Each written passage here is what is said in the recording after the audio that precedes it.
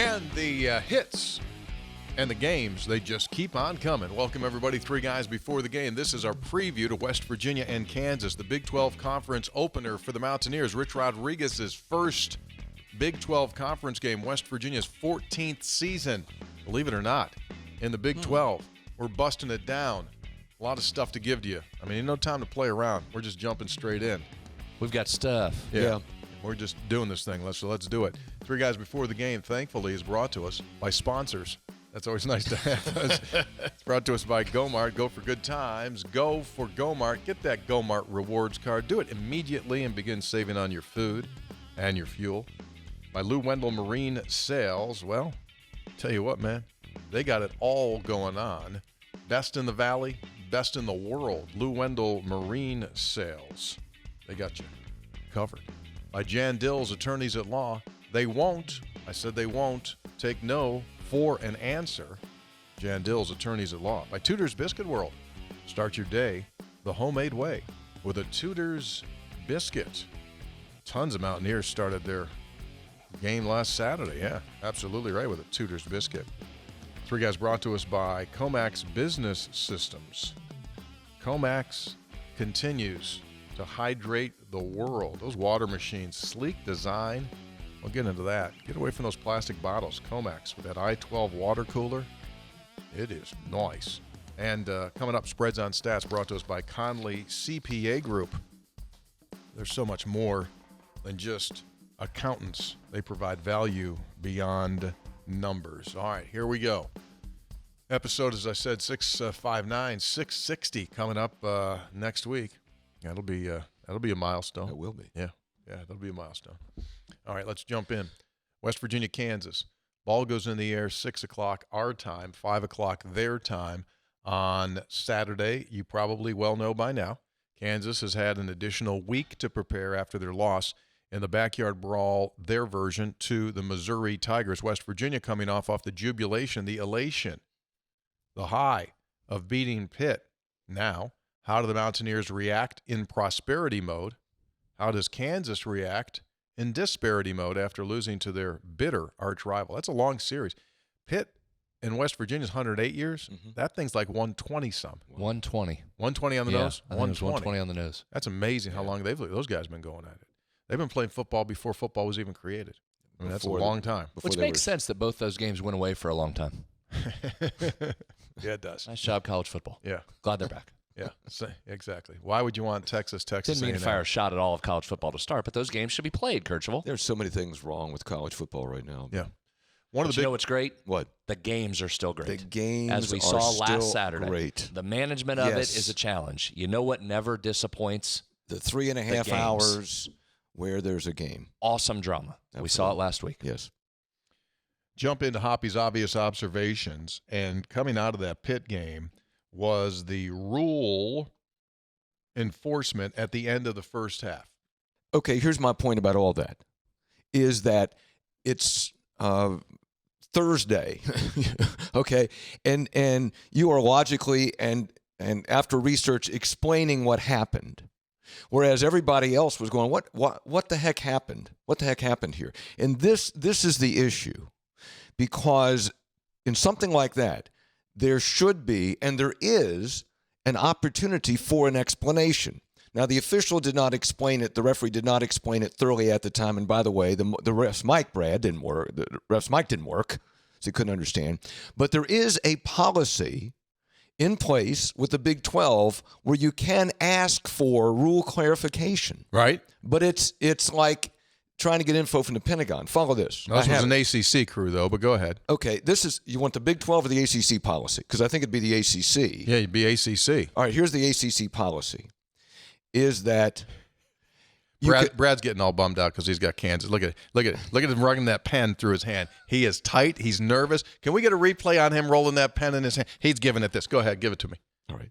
Then you can have the whole thing for the rest of the show. Just it's not about me having a thing. I just want to get to the Kansas game. This was last week. It didn't affect the play. But it didn't affect the game. We won the game. People want to know. Go ahead. Okay. Well, we talked about it all week. I know, but what is the policy? Go ahead, then go. All right. The ACC has a policy that is similar but not exactly like other leagues when it comes to judgment call, when it comes to when it comes to rules, not judgment calls. You can't ask a question about why it was a holding or not a holding call. So when it's a rule issue, so you submit the question within 30 minutes of the end of the game. All right. A pool reporter can submit a question to the home SID. Okay. The home SID. Magic Mike Montoro in West Virginia's case. Right. So the home SID would then submit the question to the officials to get a response. Now, what are the criteria for asking a question? And there's 4 or 5. One is, here's where you could ask a question. When there's an unusual situation that needs an explanation for media clarification, which is exactly what that was. Very unusual. So, but nobody does. Nobody does. No press asked for it, and Right. I was told that nobody asked for it from West Virginia after the game. But you could have. You could have. A pool reporter could have asked a question, got clarification. Now, the Big 12 has a policy, but it's so convoluted. Let me just read it to you quickly. Is that credentialed member of the media can ask about a rules question. It must be submitted in writing via email to the contest hosting sports information director within 30 minutes of the conclusion of the contest. The SID should forward the email to the Big 12 Vice President of Communications, verify attendance of the media member, notify the Vice President with a call or text correspondence. Conference office will consult with the coordinator of officials. Game officials will not be available to the media. When the clarification is warranted, the Big 12 will provide a response.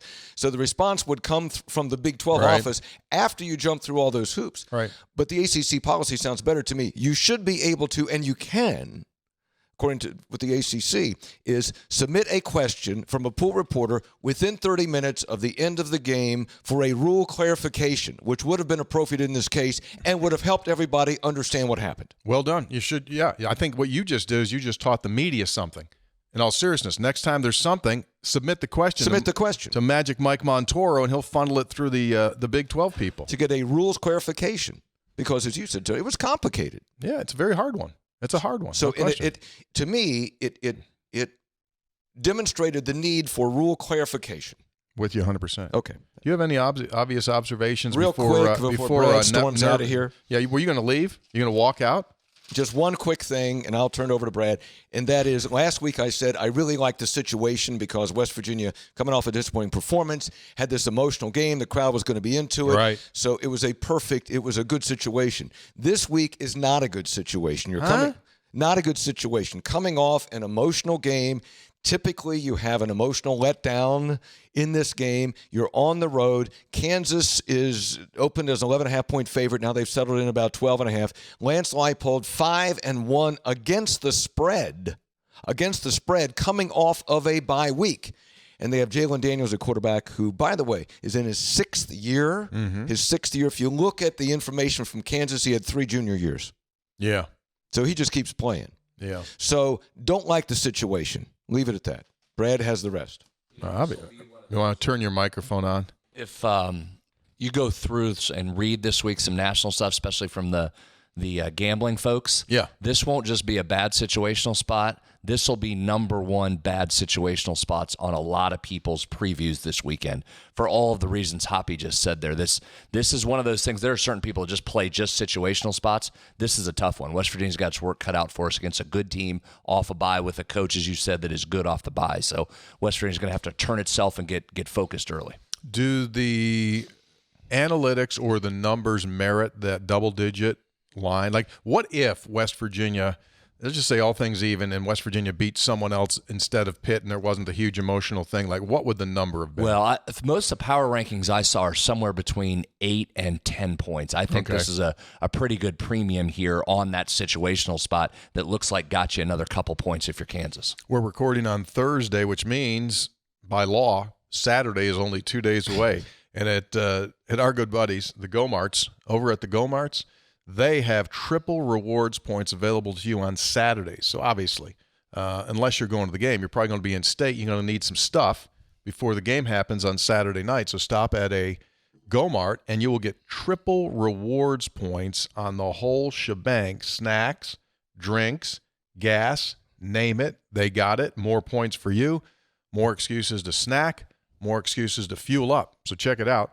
It's Go-Mart. If you don't have the app yet, please get the app immediately.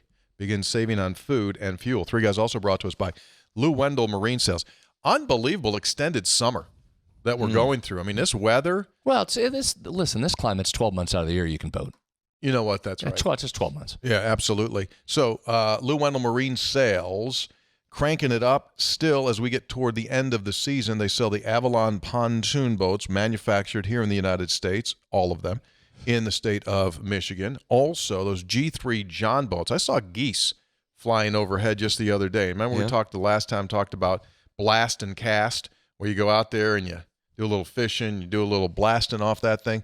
Check it out. Anything you need in the world of boating, it's Lou Wendell Marine Sales, award-winning, and they've been doing it for 40 years. Located in St. Albans. Visit them at LouWendellMarineSales.com. Let's bust into the numbers. So I check the numbers. Yeah. We'll just go right to the numbers. Spreads on stats. Brought to us by the Conley CPA Group. They provide so much more than just, well, I'm not saying it's easy to do accounting. I certainly couldn't do accounting, but they're a complete service public accounting firm and consultation firm. That's a big part of their deal. They will walk you through your business operations. What's the best way to do this? What's the best way to do that? They can also outsource for you your accounting for your business. They'll take care of it. Let you do what you want to do. Let's face it, man.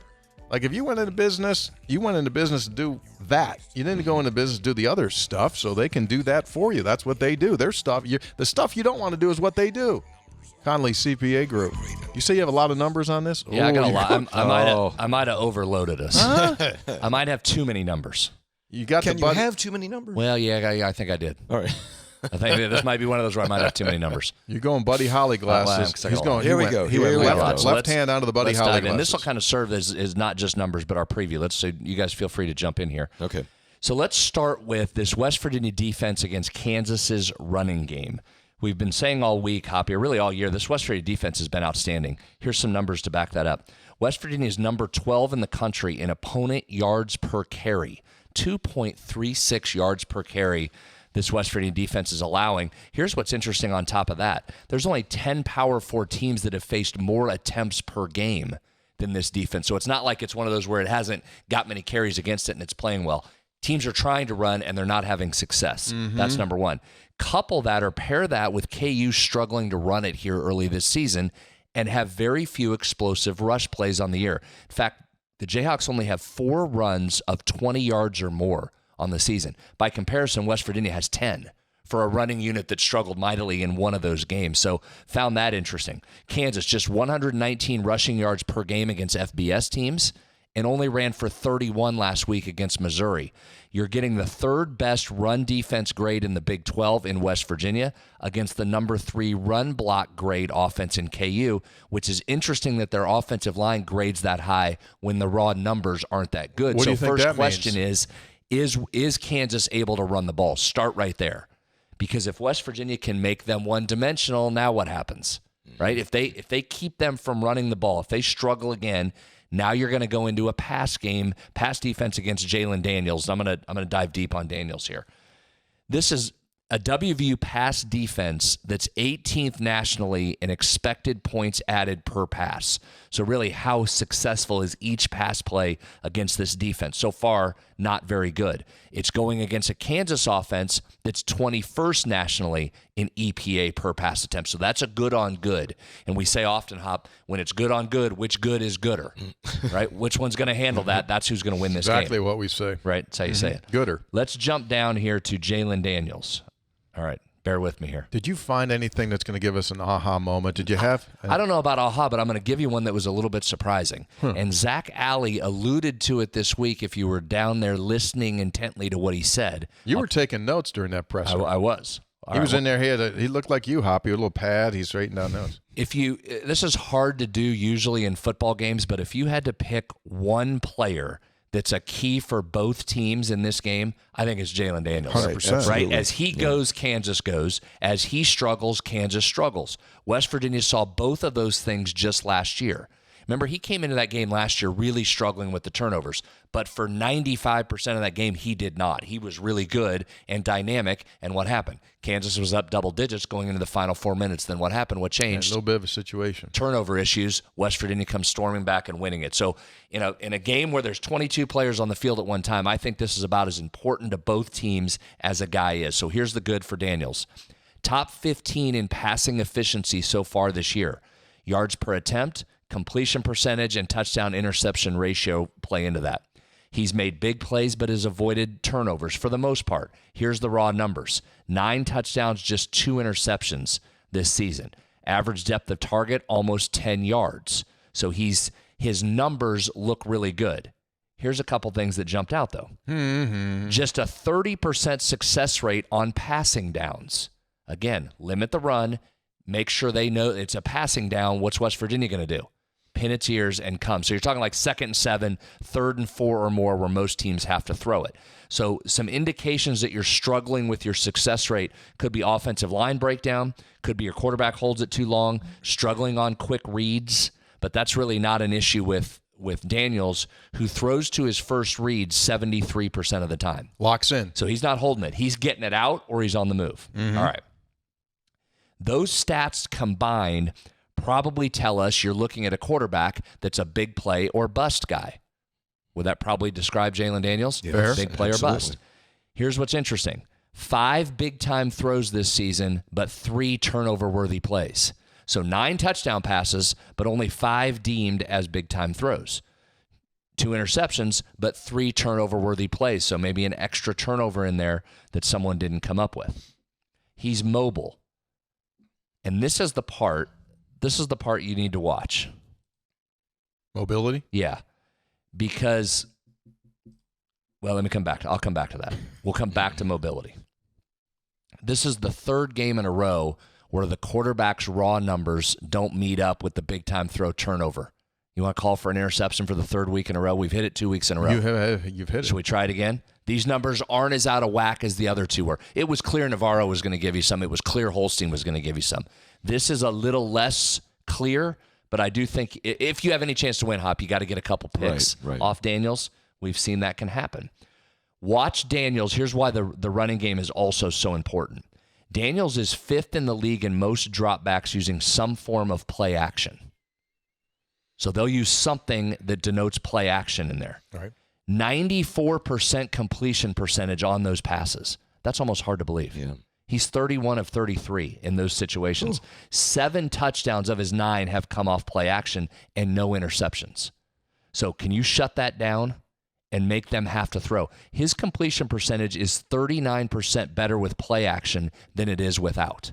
So that's part of the indication when it's a passing down and you're straight dropping back, his completion percentage isn't the same.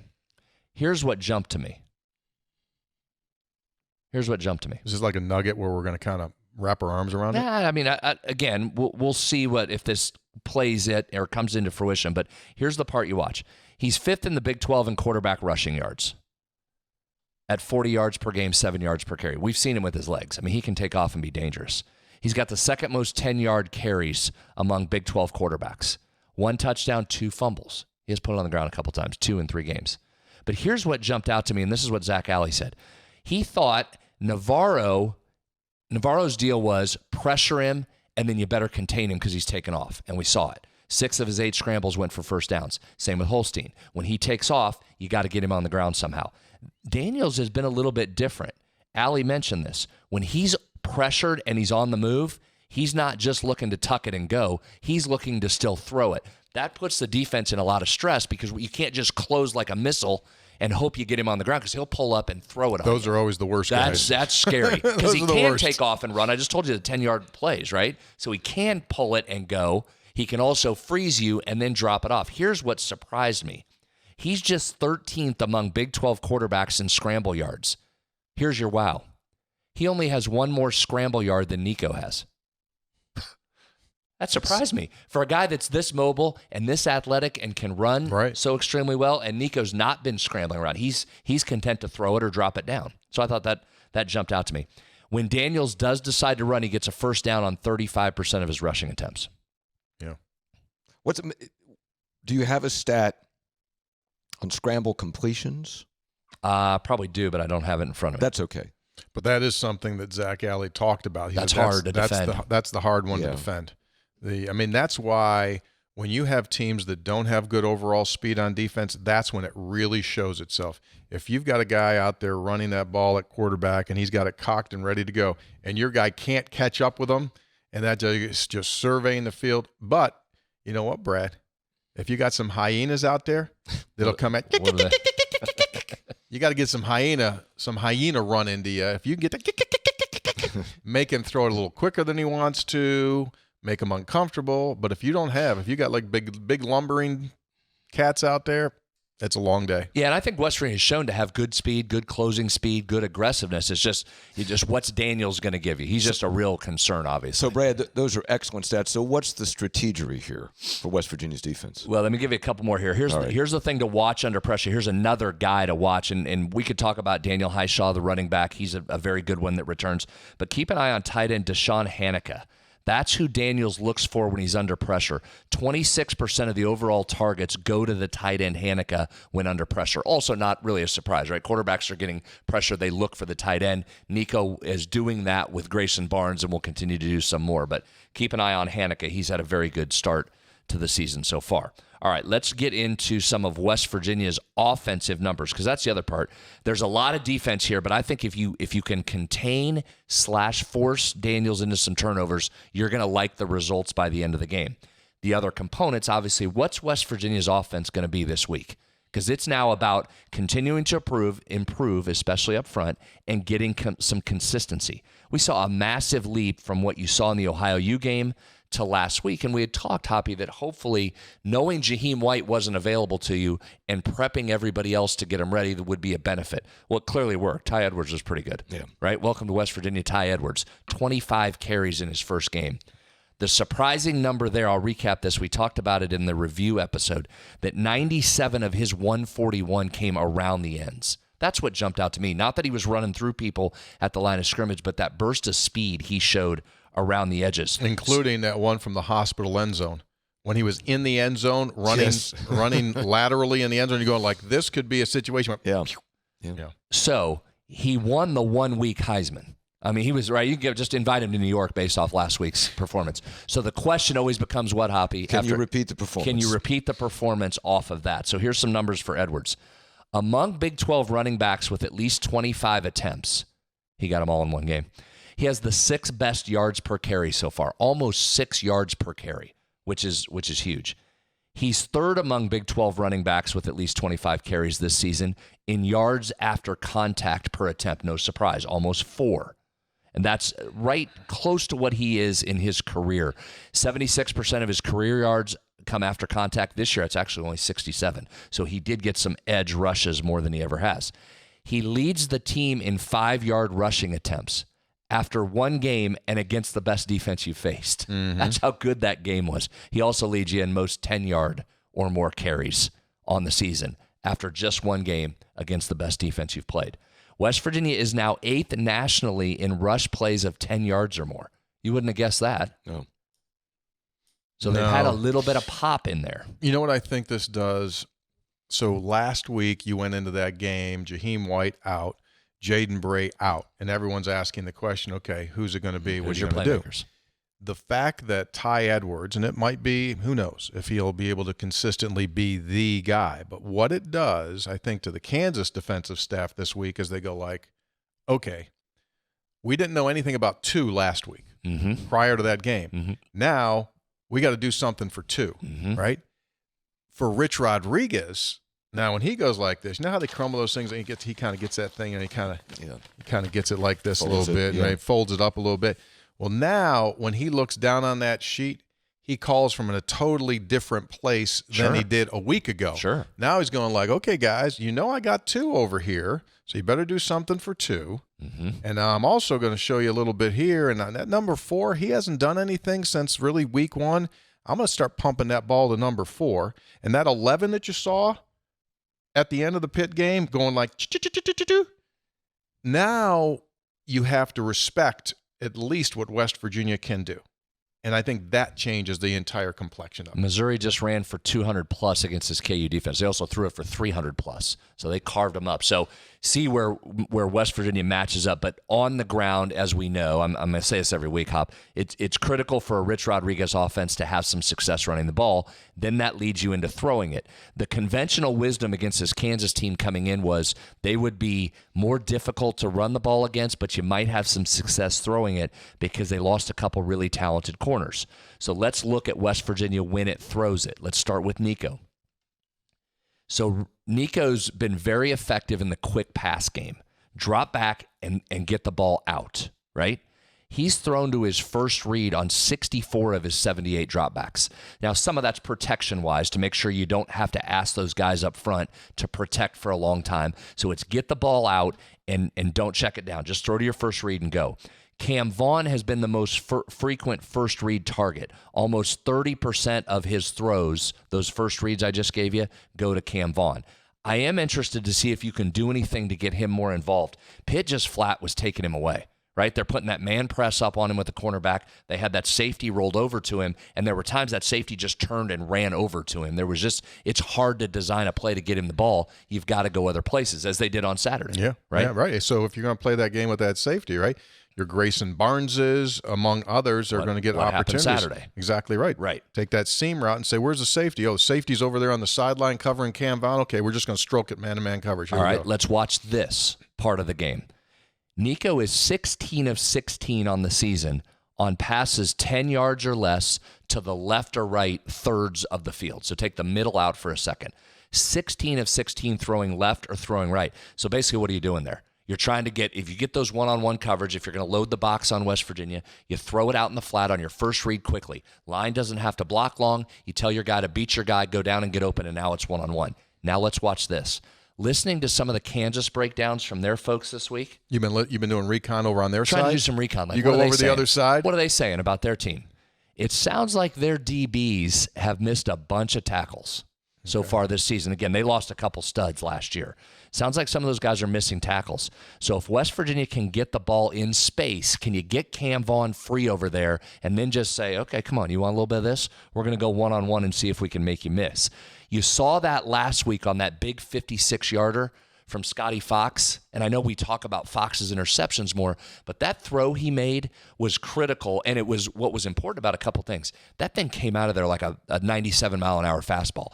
If he throws that as an off-speed pitch and it doesn't get out there in time, number 9, Kyle Lewis, Pitt's best defender, makes that tackle. Instead, he winged that thing, and Smith Golden took off, and Lewis couldn't get to him. He just flat beat the ball, beat him, and he beat him up the field for a big play. Can that happen again this week? Can you get the ball in the hands of some receivers and let them go to work on some defensive backs that maybe are having some trouble with some tackling issues? Find out if they can tackle or not, I guess is what I'm saying.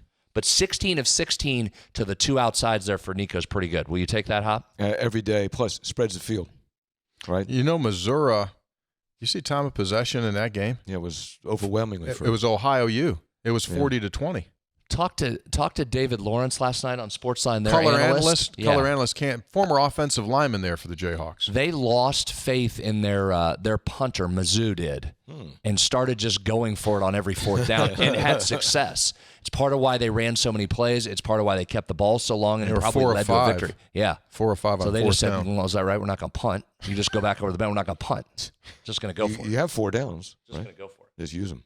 Okay, now that's the good news on the passing game is can you continue to work that, put their defensive backs in some stressful positions and see if they can catch? Again, you want to go to Grayson Barnes as much as possible too. If they're limiting Vaughn, I think he has been a guy that when they signed him, they thought he would be a really effective pass catcher for them. I think you saw why last week, Hop, starting to come into his own. Great security blanket. How often do you see that for quarterbacks? Love to have a tight end they can go to. And that catch he made, that'll go down as one of the best plays of the year, not just because of the result, the ability to go up and grab it while contested. Yeah. Now, here's the bad news about West Virginia's passing game. Just 129th nationally in expected points added per pass attempt. Now, that's not good because there's only, 136 teams in this. But what that shows you, West Virginia just hasn't been able to get uncorked for some big plays that would lead you to big expected points added. It's been more of a manage it down the field, open up the running game, and then when you go to score, it's the running game. So that number doesn't look good, doesn't overly concern me with a Rich Rodriguez offense that wants to run it. Just warm if it you up. can run it. Just warming the passing game up, Pop. A lot of room to get better. I mean, listen, if Nico's going to give you 75% completion rate again, you feel pretty good about where the passing game is. You'd like to think you can shake one loose deep and get an explosive there. That would be the next evolution. But Nico I'm talking about, his yards per attempt is up, even though that expected points added number is not great. But he came into the season only averaging 5.6 yards per attempt. Basically, 8 is good. 10, 9-ish, 10 is in the elite range. If you're under 7-ish or really under 6 or lower, you're struggling. Just 5.6 for him coming in. He's already up to 7.3 against your 2 FBS opponents. So give him some time, run the ball, and see what you can do through the air. On an individual note, I'm really looking forward to watch him play in this game. He's never lacked for confidence, but I'm just wanting to see what that whole Pitt game did for him, because he now has every right to walk out onto the field and Vince McMahon it out there. Like, if there was ever any thought in the back of his mind that he couldn't get it done, now he can walk out there and go, "Sup? Let's go." And he's always had that. Right? I was going to say, I don't think he's ever lacked for confidence. No, but getting pulled and then coming back in, it could dent it, although he never will let you know, right? I mean, here's a kid, brought his high school team back from 18 points down in 65 seconds against Bishop Gorman, right? It's in there.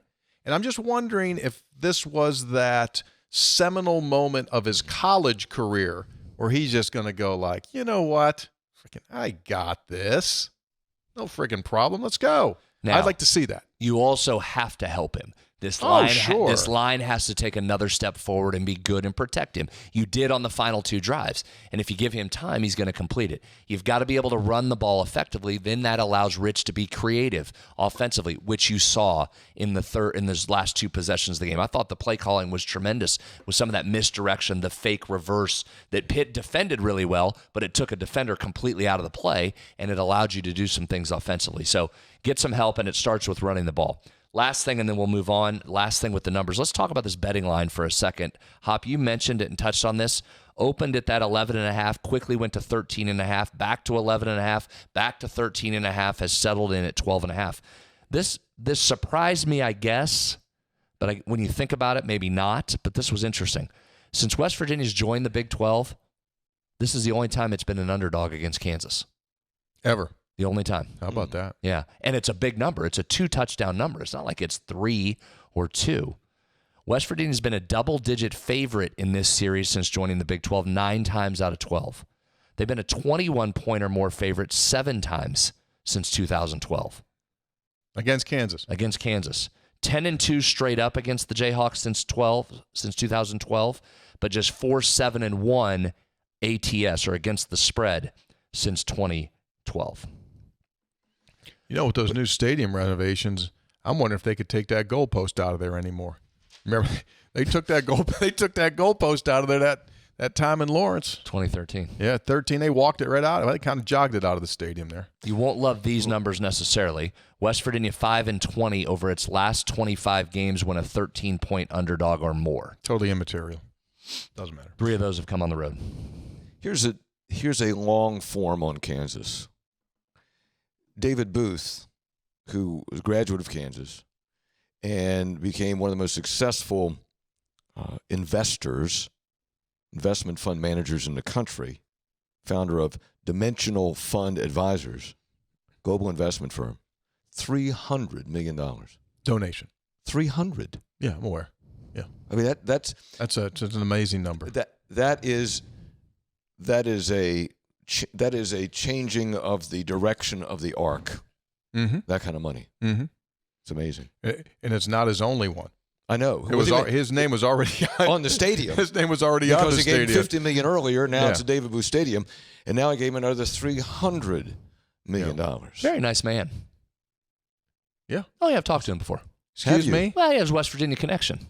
Excuse me? What Back was that? in the John Beeline era, when we were playing in the NCAA tournament in Detroit. Remember we stayed in Detroit? Northwestern State beat Iowa. Yeah.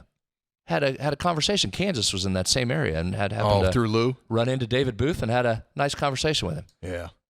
Crazy. Very nice man. Yeah. Unfortunately, I couldn't get him to donate to West Virginia at the time. I did ask. I mean, He was not interested in the time. That's about 3 times what your annual athletic department budget is at Kansas. Mm-hmm. Okay. Yeah, it's amazing. All right, one last number, and then we can move on to something else. Watch third down in this game. And again, I know that's always a key, right, Hop? Right. Third down, what's your ability to stop them on third down? What's your ability to convert? Opponents' average third down distance against West Virginia thus far, 8 yards. That's averaging 3rd and 8. Kansas averages just 5.3 yards, their offense, 5.3 yards to go on third down, but they're just 126th nationally in third down success rate. Can you get off the field if you're West Virginia's defense on third down? They were 3 for 10 on third down against Mizzou. Mm-hmm. Yeah, it's huge. Absolutely huge. Watch third down. And, if you do a little bit of a deeper dive on Zach Alley's defenses on third down, that's exactly his MO, is that he gets you into those third down and longer situations. And it's a key, obviously, because then you can heat things up and do a bunch of different stuff. Well, that was really good. It was excellent. It was a your lot. mid-season form, even though it's only game 4. That was a lot. There's a lot of data. A lot Good of stuff. That's very good. Go battle. Go battle, Kirchville. Back it up. See You what don't can think do. Take that situational analysis and stick it right up somebody's backside. I understand. I'm just saying it's situational. It's defined as situational for a reason. I'm telling you, there will be more. You will see that if you look at stuff nationally, it'll be number 1 on most people's list of toughest situations or negative situations to walk into. Yeah, there's no doubt West Virginia is going to have to battle through that. Doesn't mean you can't, but you do have to deal with that first. Rich probably Then ain't go gonna get 'em. Rich probably won't let the team know that they're a double-digit underdog, will he? Yeah, that might come up. May mention that Might to come him. up. Yeah, may mention. Might come up. Go get them. You got a challenge, but that's what this league is going to be about. Every week now moving forward, you're getting really good football teams. This is the best team you will have faced to this point. This is the best opposing coach you will face to this point. So you get your work cut out for you. Go get them. 3 Guys Before the Game is brought to us by the fine folks at Tudor's Biscuit World. Every single day, thousands of West Virginians start their day or eventually make their way to a Tudor's Biscuit World. We've done it on this program when Uncle Hoppy brings us those biscuits. They got a lot of things going on. A lot of things going on. The 3 new sauces right now, if you haven't tried them yet, you know what I'm talking about. Honey Sriracha, Carolina Gold, and Sweet Teriyaki. And, of course, the Sweet Baby Ray's original. Also, that big tater that we're supposed to be getting. Trying to figure out how we're going to get a construction variance and permit to bring that tater into the studio. That's going to be coming up. And the new Tudor's fall merchandise. Remember, our people voted on what they wanted from Tudor's as far as fall merch goes. That's going to be coming out soon. So check it out. Tudor's Biscuit World. Start your day the 3 Guys way with a Tudor's Biscuit. 3 Guys also brought to us by Jan Dills, attorneys at law. They specialize in helping you when it comes to obtaining veterans benefits and Social Security claims. That's what they do. In all 50 of our states, they do that. And Jan Dills Attorneys at Law began here in Parkersburg and now literally are nationwide. So if you or someone that you know has a claim in regard to military benefits or Social Security benefits, contact them. Do it before you try to do it yourself, because the success rate of when you try to do it yourself without representation is less than 15%. It's 88-12. 88% chance you get a big no. And Spreads on Stats didn't even bring that up. I was going to say, the first time we've gone success rate numbers during a sponsor read. That was Your well success done. rate. So if you or someone that you know is in need of help when it comes to military benefits, Social Security claims, visit Jan Dills Attorneys at Law. They won't take no for an answer. Jan Dills Attorneys at Law line up on third down, make it difficult. Yeah, Can't get through to them High on third success, down. yeah. They'll handle Exactly. Speaking of Jan Dills, her brother-in-law, Jimmy Hughes, you see what he did? What? You know what he did? Go ahead. Yeah, I do, because otherwise I'd be starving for a Tudor's biscuit. Well, right before the show started today, Jimmy brought us a large package of Jan's dogs.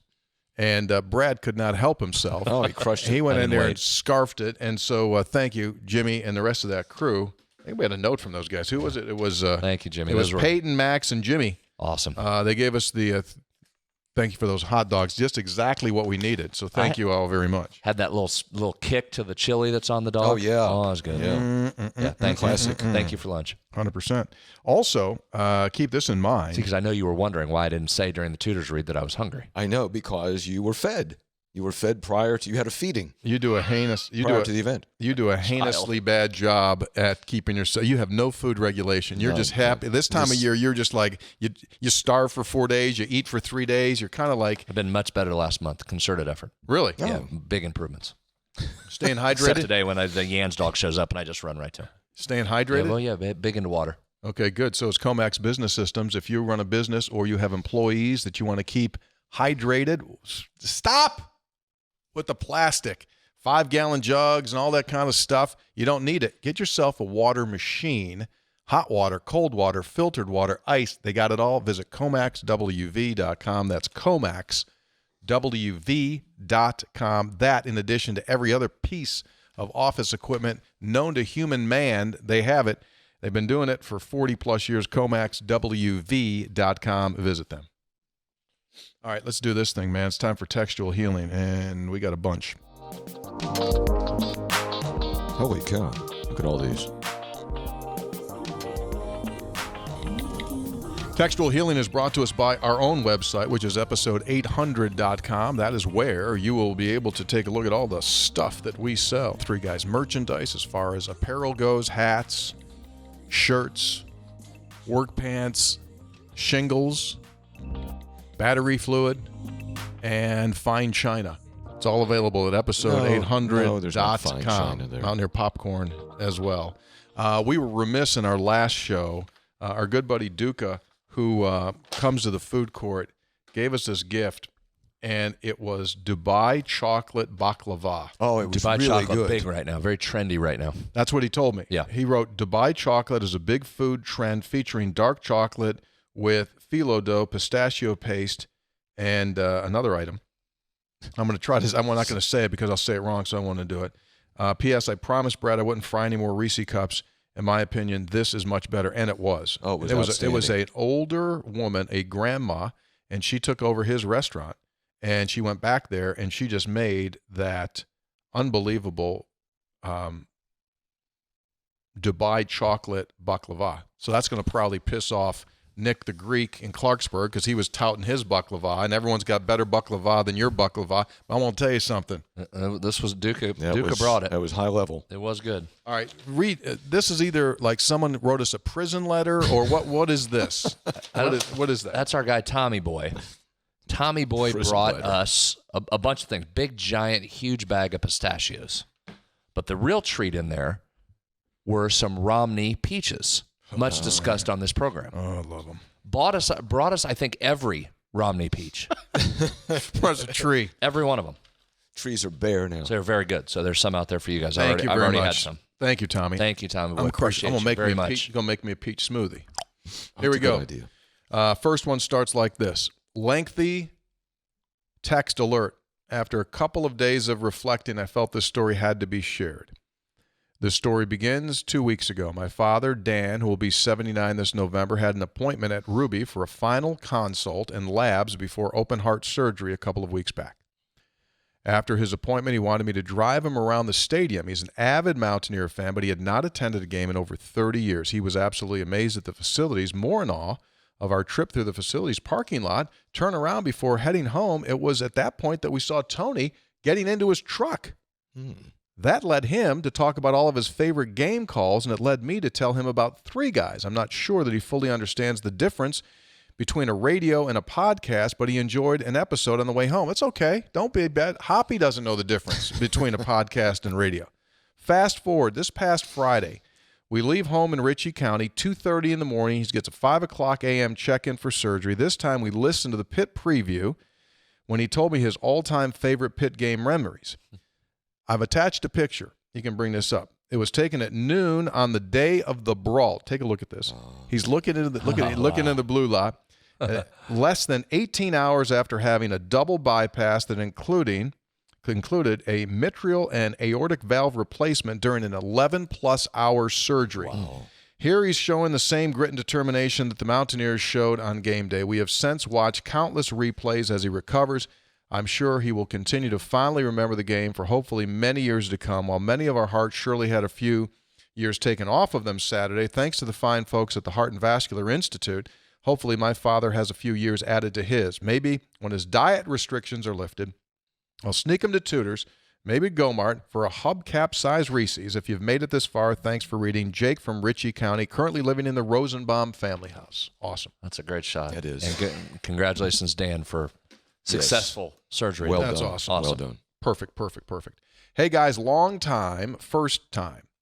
Writing in as a hopeful harbinger of positivity. The direct counterpart to our winged friend from Point Pleasant. Something changed last week, and I have an anecdotal evidence to prove it. On Tuesday the 9th, my wife and I welcomed our first baby girl to the world after months of talking to her inside the womb, begging her to either come a week before or a week after the September 13th game. This dad was thrilled for her first game to be the exact day, the brawl day. Little did I know her birth and first week of life would be a perfect example of what was to come on Saturday. Congratulations. Yes. That's awesome. He went on. At first, her newborn appointment on Friday, we were told she had a low body temp, needed extra time, so my wife and I packed our bags, rushed to another very stressful, unexpected night in the hospital. We spent the next 16 hours watching her be poked and prodded, but our little girl was a fighter. The next morning, a roller coaster, good readings in the morning, little hiccup around midday, ultimate victory coming home. When we were finally given the go-ahead, the game had just started. The three of us listened to Tony on the call of our ride home when we arrived just before halftime. I put the game on TV. Second half started. After the third quarter, I realized I needed to change something. So we went back to radio only, then Mountaineer Magic. My girl, undefeated in the brawl. First song she ever heard outside was Country Roads after the best win in recent memory. The tides are turning, gentlemen. My Lily just may be exactly what we needed to right the ship. Thanks for all you guys do. I will hang up and listen. Sean from Beckley. Awesome. Congratulations and welcome, Lily. This next one kind of shocked me. Person just says, hilarious pick of the Senator, just swinging in for a front and center. I mean, what in the heck were you doing, Senator? That's Ren's suite. He's running around there in Ren's suite. Look at to the far left side. Blue hat, blue shirt, little baby. That's Gabe. Charles Wesley Godwin in there. So Brad gets to sit in the middle of the picture, and Charles Wesley, a world international music artist, he gets relegated out. Charles, just go over to the far side. Don't get in my way there. Anyway. Guy said it was hilarious that Brad had to go with a potty squat. I was trying to get the photographer set up. Everybody else was in place. I tried to swing in late. Terrible posture by me. Had no room. Had a thing right there on the side, a railing. It was horrific. That was the stopped up to say hi to our guy. Charles Wesley was in the suite, so I had to stop up and say hello to him. It's great to see him. Where was the AD? Where was he doesn't go in there. He has stuff. He really doesn't go up there much. So we just stopped in, said hello. And you know who else is in that picture? Homeless Dave's in the Homeless picture. Dave's in there? Hey, could you put that back up again? Yeah, Where's Homeless? Yeah, Homeless was over to the left, behind Brad, off to the left side. Yeah. Homeless he's everywhere. He's unbelievable. He's just everywhere. We were with him last night. Yeah. So good to see Charles Wesley as always. Yeah, absolutely. Scopes, spreads, Senator. I see Brad and Homeless Dave got the royal treatment in the suites with Charles Wesley Godwin, the first family of WVU Athletics. Question for the Senator. Are you able to enjoy the game and all the fanfare, or do you go into beautiful mind mode and become obsessed with the numbers for the next episode? Thank you. Signed, Dusty's Rutledge.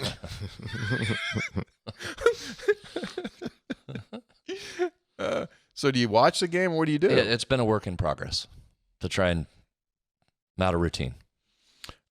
People want to. I think I'm going to adopt this. The heavy package that they use with the 9 linemen. A bunch of people gave us suggestions. I think I'm going to call it Mountaineer Mass. Mass or mash? Well, mash is the tush push. Oh, I see. Mountaineer Mass is the goal line Mass. pass. Yeah, maybe I'll use that. I don't know. We'll see what comes out. All right. I see. Mountaineer Mass. Had a great time at the food court. Appreciate having McKenna perform. She had a blast. The food amazing. Followed up with my son and I going to the game. Couldn't ask for a better atmosphere. I'll be at Kansas this week to follow it up. One last thing. Pitt can't have anyone left to play after so many injuries. Spot the ball. Mike from Gilbert Creek. Wife and I flew in from Dallas Friday. Our flight got delayed. So had my brother and dad try to pick me up some Connection 304 from the Go-Mart on their way up. Sold out at the left and the right Go-Mart in Flatwoods. Wow. Still had an amazing time. Let's go. And there they are right there. You know who that is. There's Brady on the white. Brady's one of the football guys. Yeah. He's on staff over at Mountaineer Football. His dad, though, he went to the left Go-Mart and the right Go-Mart in the Flatwoods. How do he know which one to go to? Good effort, Mike. This is pretty wild. Last-minute push to convince the old man, Dr. Trivisano, WVU Medical School class of 83, to fly my brother Luke, WVU class of 8, and class of 13 petroleum engineer, and myself, Iowa State class of 03 from Skaneateles, New York, to visit our 99-year-old Fairmont State sorority girl grandmother and go to the brawl. He made it happen. Go ahead, put those pictures up there. Redemption for the 07 game. So he's flying him in, tailgate fire, Rev Kev brisket, breakfast biscuit, 3 guys sighting, soul-shaking atmosphere, and check it out. There she is. There's Grandma, who lives in Fairmont State grad, thanks to Coach Rod, players, Hard Edge, Mountaineer Nation, and pepperoni rolls. So there you go. Flew in, had a great time. That's a good trip. Why not? P.S., he said, someone get a wambulance for Eli Holstein. Thinks he got poked in the nose. So, yeah. Texter, after I was walking back to my car after the Pitt game, I was stopped at the corner of Pattison and University waiting for the traffic. Someone pressed to cross the crossing signal to allow our group to cross. There's a visual signal to let you know when it comes time to cross the street, but there's also an audible signal for those with visual impairments. The audible crossing signal sounds like Tony's hyena call. You know it does. So if you have any vision impairments and need to cross the street at Pattison Drive, just listen for the hyena so you can cross the street safely. Signed by the ghost of Yup Yup. So be careful if you're with Tony, because if Tony does the hyena, you'll think it's okay to cross. You guys want a mind blower? Yeah. I haven't shared this with you. Got a direct message on the Twitter. Yeah. It says this. Whoever knew that one of the presidents forever encased in stone in Mount Rushmore brought a hyena to the White House? Teddy Roosevelt's many strange pets. When Teddy Roosevelt began his presidency in 1901, his family moved into the White House with a horde of pets.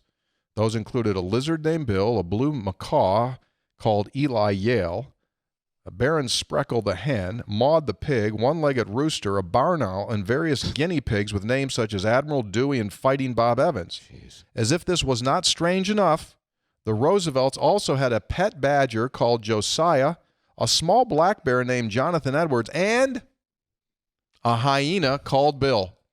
Teddy Roosevelt had a hyena in the White House. There you go. Source? Are you giving your source? Very credible source. President Michael Benson sent that over to me. Oh, did he? Yeah. He don't miss. He's got a lot of info on his, Well, he's on that- in his hard drive. He's on I'll tell you that. He's on that rower. I mean, he gets on that rower at 6 in the morning. Every morning he gets on that thing and he crushes it. And I think he might be listening to the show at 6 in the morning. Big history guy. I'm sure he is. Texter, I get that Kansas is better than Charlie Weiss or Les Miles years, but they still have only one winning record since 2008. At some point, do we give them too much credit for being a good coaching staff or forget it's still Kansas football? I realized I've jinxed us now. Also, when does Tony break out the banjo at the tailgate for some live music? I think Leipold's a pretty good coach. Superb. Hey, 3 guys, I had the absolute honor of screaming off my voice at Mountaineer Field this past weekend. I have my own spreads on stats. Here it is. I drove about 8 hours from the Outer Banks Friday, arriving at midnight, fine town of Davis, West Virginia, to stay with my roommate, following my WVU roommate. Next morning, we drive an hour and a half to Morgantown, spend 11 hours in Morgantown, return the hour and a half up to Davis. On Sunday after the game, I drove 8 hours back to North Carolina. Altogether, 19 hours of travel time for 11 hours in Morgantown, or 1.73 hours of drive time for every hour of Morgantown time. Ultimately, this proved to be the winning formula. We defeated the Pitt Putty Cats. One other thing, I believe I have solved the fake injury issue real simple. You go down, only the injured player can be substituted during the stoppage, and he has to sit out the remainder of the drive. You know, Rich said that something like that makes sense, right? Yeah, because if you're really hurt, then it doesn't. Then right. But to Brad's point, one of these days, if someone's really hurt and you penalize the team, then there's going to be all heck break loose. Well, that's not a penalty. I mean, that would be you sit out if. Yeah, you're out. Texter, he asked for this. Hello. I'm sure I'm not the only one wondering, what does the WVU Board of Governors approving this resolution for development of a financial plan look like and mean for West Virginia? Also, I've seen a lot of talk about it placing West Virginia in the top tier of the Big 12. By what metric? What does that mean? What do you think it means for West Virginia right now? Does it place us where we need to be financially to be in the 60-ish Super League that's been floating around? Overall thoughts? That the endorsement is important because it says that the Board of Governors is all in on what Ren Baker is trying to do. We know that President Benson is all in, and what Ren Baker is trying to do is get West Virginia in the upper tier of the Big 12 in terms of its financing. And I don't have it in front of me. I mean, I've seen the plan, but there's 11 or 12, Brad, there's 11 or 12 steps that Baker wants to do to try to increase revenue for the athletic department. I think the bigger ones, there are a lot of different ones, but the bigger ones are this remodeling of the Milan Pushkar and of the Coliseum and naming rights to try to attract more big dollars. Big dollars come with those naming rights. So it's also making sure you have a commitment from the university because you may need some money assistance at some point. Yeah. And if it's not direct cash, it's some accommodation for scholarships and those kinds of things. So that's the direction all this is headed. And that approval by the Board of Governors is important for that. I think I may have said this. I know I said it on MSN during our broadcast pregame, or I may have said it here. I mean, all of what West Virginia is doing is positioning itself for the next round of conference realignment. That's what they're doing. They want to make sure that they are viewed, that they are in a competitive mode, and that they are doing everything that they possibly can do. That's what this is all setting up for 5-6 years down the road when this thing blows up again. Devin on the Goshen Road, I know you're looking for a sponsor for Hoppy's obvious observations. I had an idea. I know that Clear Mountain Bank is sponsoring the three guys at BW3, but what if they also sponsored Hoppy's segment? Could they call it something like Hoppy's Clear and Obvious Observations brought to you by Clear Mountain Bank? Just a thought. Yeah, Buffalo Wild Wings folks probably. Yeah. Sometimes the observations are more obvious than clear, but I had a couple others too, but we'll get, if we have time. If we don't, it's okay. Okay. Texter, in Salem, Massachusetts this week, this is hanging in the window of a coffee shop. One of the owners is from West Virginia, always a West Virginia connection. There you go. Oh, Lulu's Bakery and Pantry. I'll tell you what. I bet you there's a yoga studio next door to that, don't you think? What do you think, Brad? Probably. Yeah, just get over there, get a workout, and go over there and get yourself a big muffin. Texter, here's a gambling slip from the game. Texter says 5.5 was the largest I could get us at. So he put the $8 American down, and they gave him $39.60. Yeah, but see what he did? He flipped the line there. He took West Virginia favored by 5.5. It went off as West Virginia's 7.5-point dog. So he really called his shot. He didn't just take West Virginia to win. He took West Virginia as a favorite and got a nice payout. Yeah. Good West hit. Virginia, how'd that work, Brad? How was it a favorite at some point? Good hit. Well, you can do alternate spreads. Oh, you can? He chose. He had enough confidence in West Virginia to say, I don't know, you're not giving me the points. In fact, I'm going to give you points and still win. Wow. Took some stones. Now, not to get into it too, but guys do that, right? And they just jump all over the place. Brad, make multiples on both sides so they can basically not lose. Well, that's usually when the line is doing that itself. Okay. Yeah. Texter, in the midst of an ice and snowstorm in March of 2022, I trudged to the T-Mobile Center, downtown Kansas City, to watch Kansas men's basketball trounce West Virginia. I saw a figure approaching me, a tall man with a red nose, and a face got closer, and I saw that it was none other than our boy Scopes.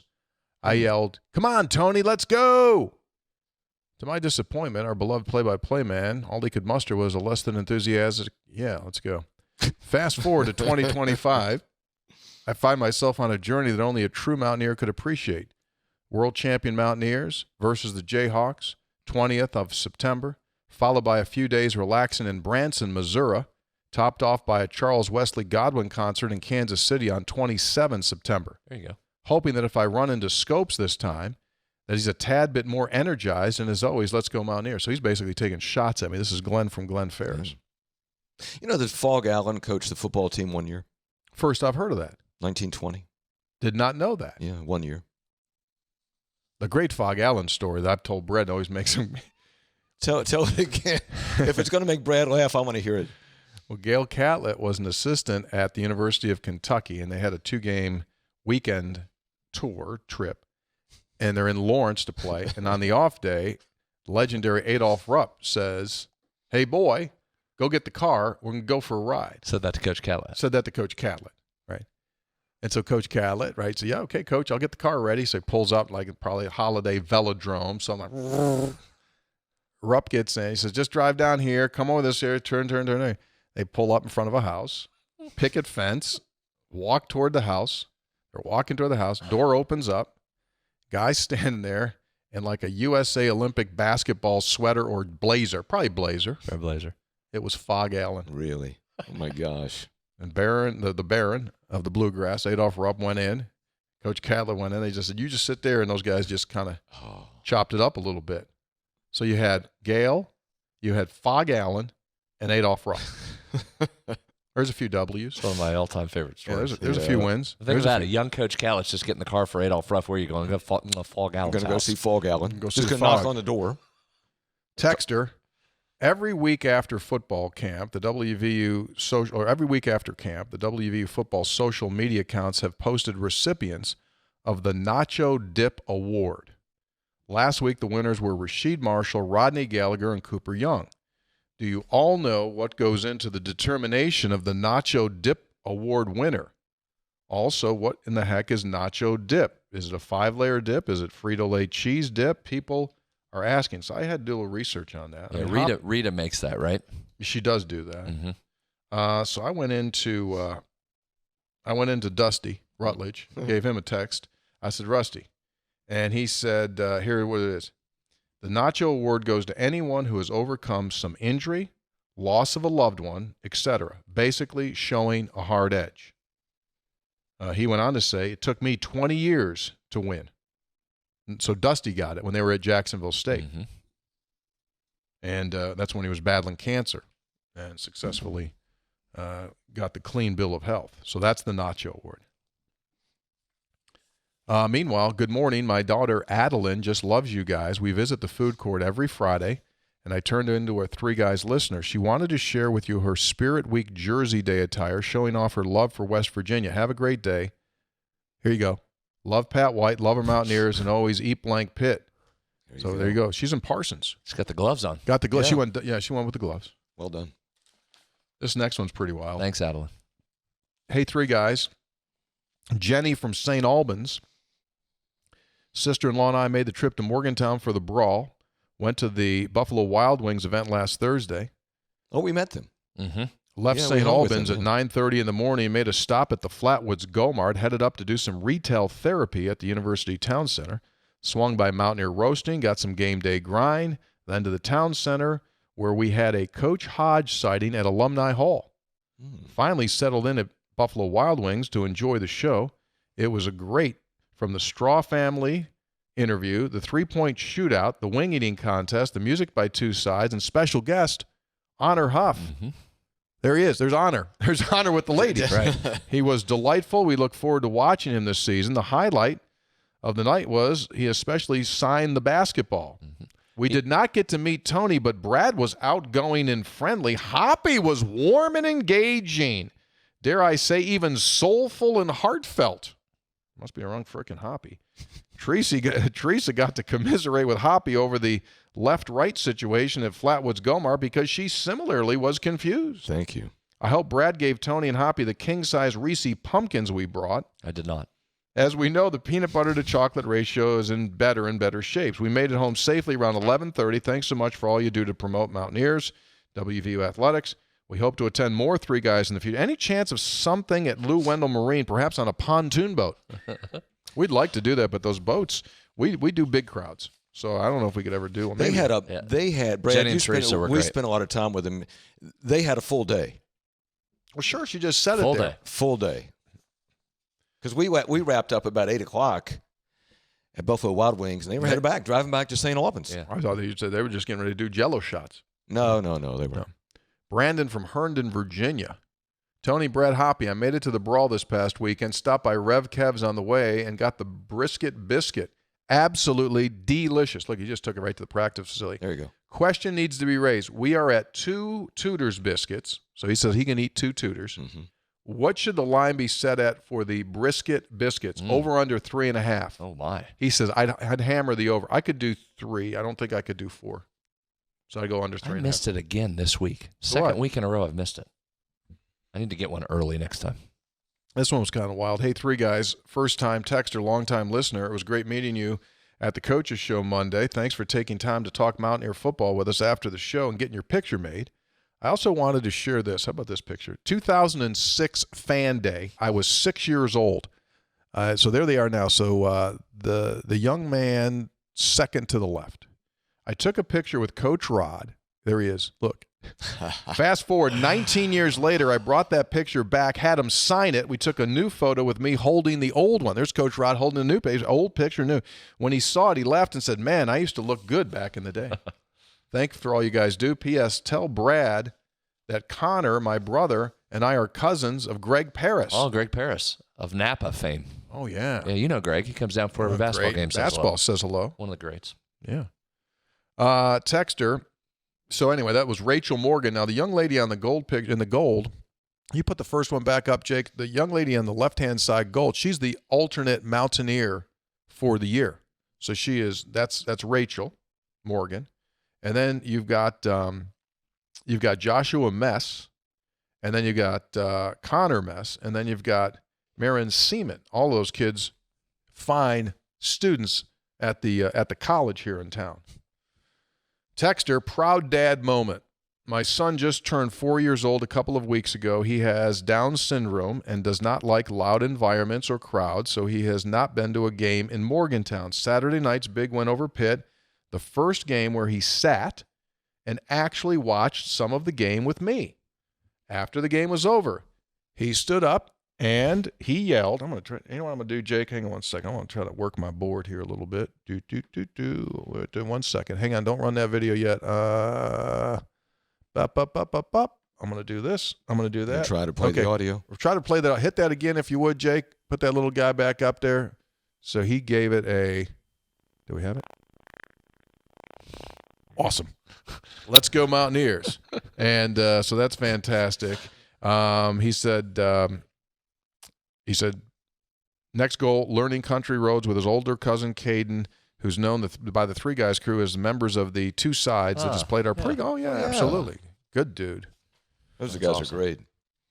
That was from Zach. He's out there Glade Springs via Wyoming County. Last couple here. Here's a big shout-out to Game Day Operations and Productions for efforting well done. Brilliant play by whomever saw Rich's opening press conference and immediately filed his invitation for Pitt fans to leave the building away for future use. So that's what he did. Remember Rich's press conference? He said, any other Pitt fans want to leave? Oh, yeah. And then they played that on the scoreboard at the end of the game. It's like, also, I can't help but think Ren Baker has a Cold War-era style launch button on his phone notifying in-stadium production when they can play Sweet Caroline. Finally, I set the line at 1.5 home games before Rich's WWE-style God Bless the Mountaineers and God Bless West Virginia shows up in a stadium hype video. Thank you for all the insights and the laughs, Jennifer in North Carolina.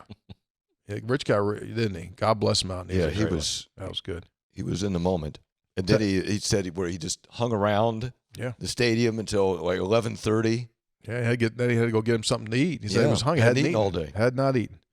Texter made it safely back to Houston, still floating on cloud 9 after the amazing victory against Pitt.